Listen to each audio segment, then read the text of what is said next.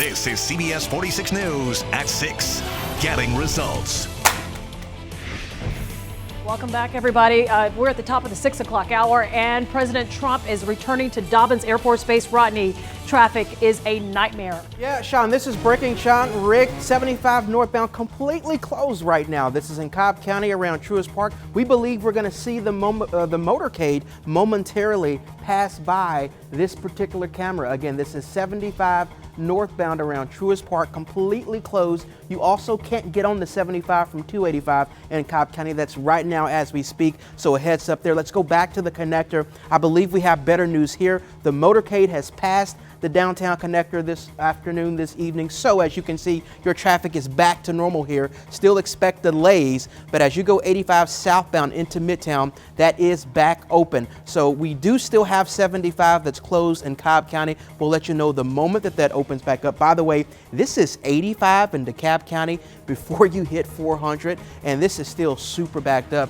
Rick and Sean, these roads were closed for more than 30 minutes. So even as they open back up, expect major delays. We're talking until at least 7 o'clock on the north end of town. We're going to keep you up to date on this and have more traffic to come. All right, a little bit of a ripple effect with the president in town. He has wrapped up his tour at the CDC, and he's now back on his way to Air Force One. Glad you're with us. I'm Rick Fulbaugh. And I'm Sean Gables. His visit follows an $8 billion budget he just approved to fight against the coronavirus. Around 4 million coronavirus tests are almost ready and expected to be delivered by next week. Our Haley Mason has been outside the CDC since the president's arrival. Haley, you've got a full recap for us. Yeah, things are back to normal. Clifton Road is open, and President Trump has now left. Should be getting pretty close to Dobbins Air Reserve Base, but he stayed here for more than an hour learning the ins and outs of how the scientists at CDC are testing for the coronavirus. They told him that there should be 4 million tests available to go out to health labs across the country by the end of next week. Right now, there are enough to test 75,000 people, and they're hoping to have enough to test 1 million people by next week. Dr. Stephen Monroe gave this briefing to the president. He is the Associate Director of Laboratory Science and Safety. President Trump was joined by Governor Kemp, as well as U.S. senators and Congressman Doug Collins. This is President Trump's very first time coming to the CDC, all in the same week that Georgia learned of 2 coronavirus cases here. We've been live all afternoon, expecting to see more updates from the CDC as they work feverishly to get these test kits sent out. Reporting live in Atlanta on Clifton Road outside the CDC, Haley Mason, CBS 46 News. All right, Haley, thank you. Also right now, the CDC testing for a possible third case of the coronavirus in Floyd County. A woman in her 40s tested positive preliminarily after going to the hospital twice with flu-like symptoms and then being sent home. CBS 46's Ayanna Crystal continues our team coverage. She's in Rome tonight. Ayanna. Rick, I'm told the woman was able to leave the hospital after her first trip here because she didn't miss the testing criteria for the coronavirus. Now, the 46-year-old woman is still being hospitalized here, but is isolated. We have learned that that woman has not traveled to any of the countries that are experiencing any outbreaks, but she did recently travel from Washington, D.C. Our little town is very special. Just about everything that you see right here in front of you, we have made. Green's Jewelers in Rome has been around for 71 years.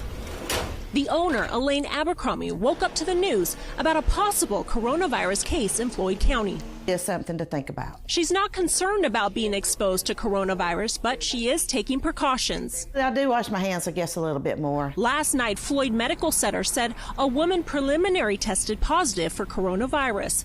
The 46-year-old woman came to the Floyd Medical Center's emergency room with flu-like symptoms last Saturday. We released her because there was no reason, according to the guidelines, to keep her.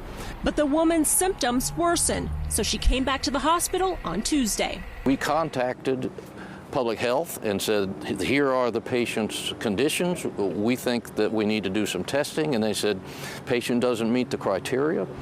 Our clinicians did some further testing and said, we need to admit this patient. And so we did. We admitted the patient, in spite of the fact that we were encouraged that we didn't need to. and we didn't need to do the isolation. But she didn't meet the testing criteria for coronavirus. The health department and CDC told the hospital to release her, but the staff insisted on doing a CT scan and put her in an infectious disease room. Right now, everyone is awaiting verification from the CDC. There are not enough testing kits right now that are available. Dozens of people could have been exposed by this woman, and everyone is hoping the coronavirus doesn't spread around here. Rome is a special place, but I don't want it to be special because somebody is ill. So the staff here was correct by admitting her, even though they were told they didn't have to. I am told that the staff that had direct contact with this woman, they are at home and being self-quarantined. But we are talking about people possibly being exposed to her in the waiting room, and from Saturday until Tuesday. For now, that's the latest in Floyd County. Ayanna Crystal, CBS 46 News. Ayanna, Jonathan Carlson of the Live Desk now continuing our coverage. Our cameras were at the Department of Health a short time ago when the U.S. Surgeon General held a briefing. He stressed misinformation is rampant, trying to calm down fears, saying 80% of those who contract the virus won't even need medical care. You're at low risk for being exposed to coronavirus, and even if you do get it, you are highly likely to recover. And the numbers he was talking about, he went on to say increased testing should be available in the next week to 2 weeks. The Live Desk, I'm Jonathan Carlson. Jonathan, thank you. And remember, you can stay up to date with everything surrounding the coronavirus on air, online. If you do not have our new CBS 46 streaming app, now is the time to get it. Download it for free. Oh, what a day. We've got to start with a live picture outside, a live camera, because we have lots of sunshine finally back in the forecast. No rain. You're going to notice those trees swaying time to time. That's because it is still very windy outside. Sustained winds at 21 miles an hour, but we've seen gusts as high as 40 miles an hour today. Temperatures in the mid-50s. It will stay chilly tonight. In fact, it's going to get cold as those winds finally start to die down. But even with those winds decreasing, still pretty breezy overnight with winds right around the 20s, even as you wake up tomorrow morning. For tonight, dropping down to 33, so it will be breezy and it will be cold. If you have Friday night plans, bundle up. It's going to be the coldest night we've had in quite a while. Tomorrow, the sunshine returns. We do have a beautiful day as we get up to 59 degrees. Of course, the big question, how long is this dry weather and all this sunshine going to last? We'll talk about your weekend forecast and when rain returns back into that 7-day forecast coming up. Thanks, Jen. Remember, you can get pinpoint weather and traffic alerts with our free CBS 46 streaming app. And as Sean told you, it's available to download from the Apple App Store or Google Play. Right now, the GBI has been called in to help find missing 17-year-old Julia Mann. She was last seen on the night of February 20th at her home in Oconee County. That's near Athens. Julia is 17 years old. She has blonde hair, blue eyes. The GBI has been called in to assist in the search for Julia. A $10,000 reward being offered to anyone who can help bring her home. CBS 46 is everywhere, starting in Cobb County this Friday. And this man you see on the right, Jeremy Johnson, he's in jail, charged with felony obstruction, along with others for his role in a violent confrontation with a police officer in Smyrna. Luckily, a man jumped in to help the officer, and he will be recognized March 16th by the police department. To Hart County now, and investigators ruling a fire that destroyed a 34-year-old vacant home as arson. This happened February 28th on Zips Road in Hartwell. Right now, a $10,000 reward is being offered for information. In Rockdale County, the search is on to find a gas station burglar who broke into a BP Food Mart. There's a $2,000 reward being offered. The suspect reportedly got away with money, cigarettes, and lottery tickets. In Fulton County, 20 people currently being helped by the Red Cross after a fire broke out at the Gardens at Camp Creek Apartments last night. A total of 7 units were damaged. The cause of the blaze remains under investigation. CBS 46 investigates an alleged fake endorsement shared online by a candidate running for state Senate. Incumbent Brandon Beach hopes to keep his seat in the Senate, and he has stated that the governor has signed off on an endorsement for his campaign.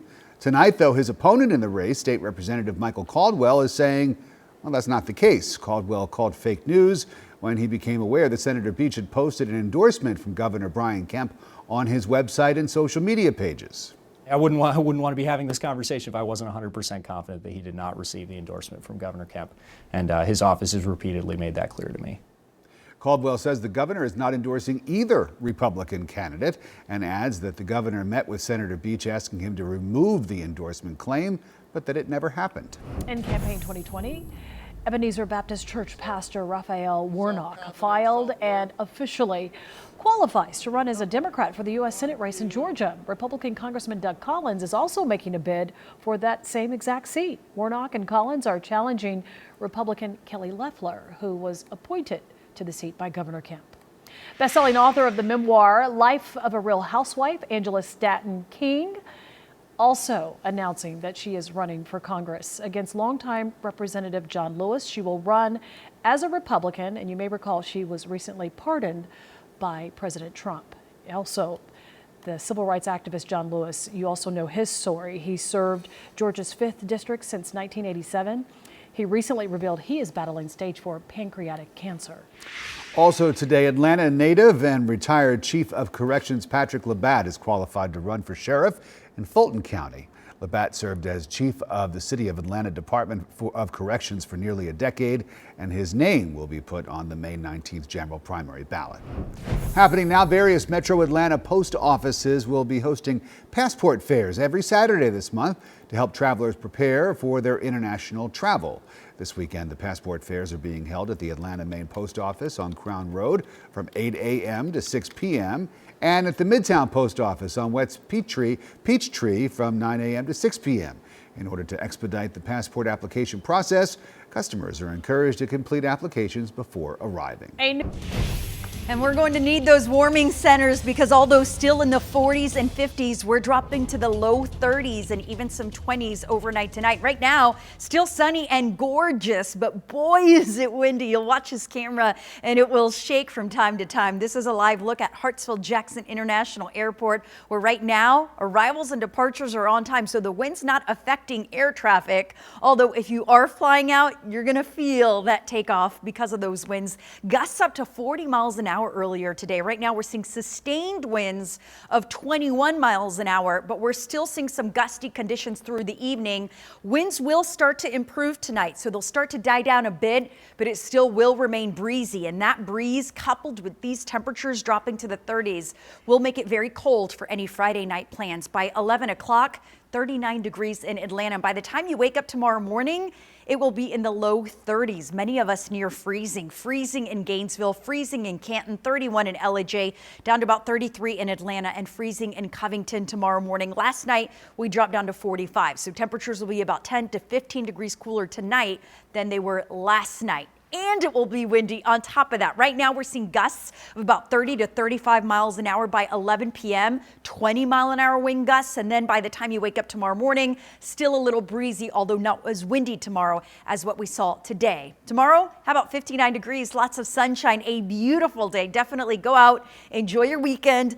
Don't worry about an umbrella or any rain gear. You won't need it at all through the entire weekend. Sunday looks great as well as we get up to 63 degrees. It's not until next week that we start to see that chance of rain back in the forecast. But we have 3 more solid days of sunshine before that rain returns. That first chance of rain will be on Tuesday as our next system arrives. So high pressure will move off the coast.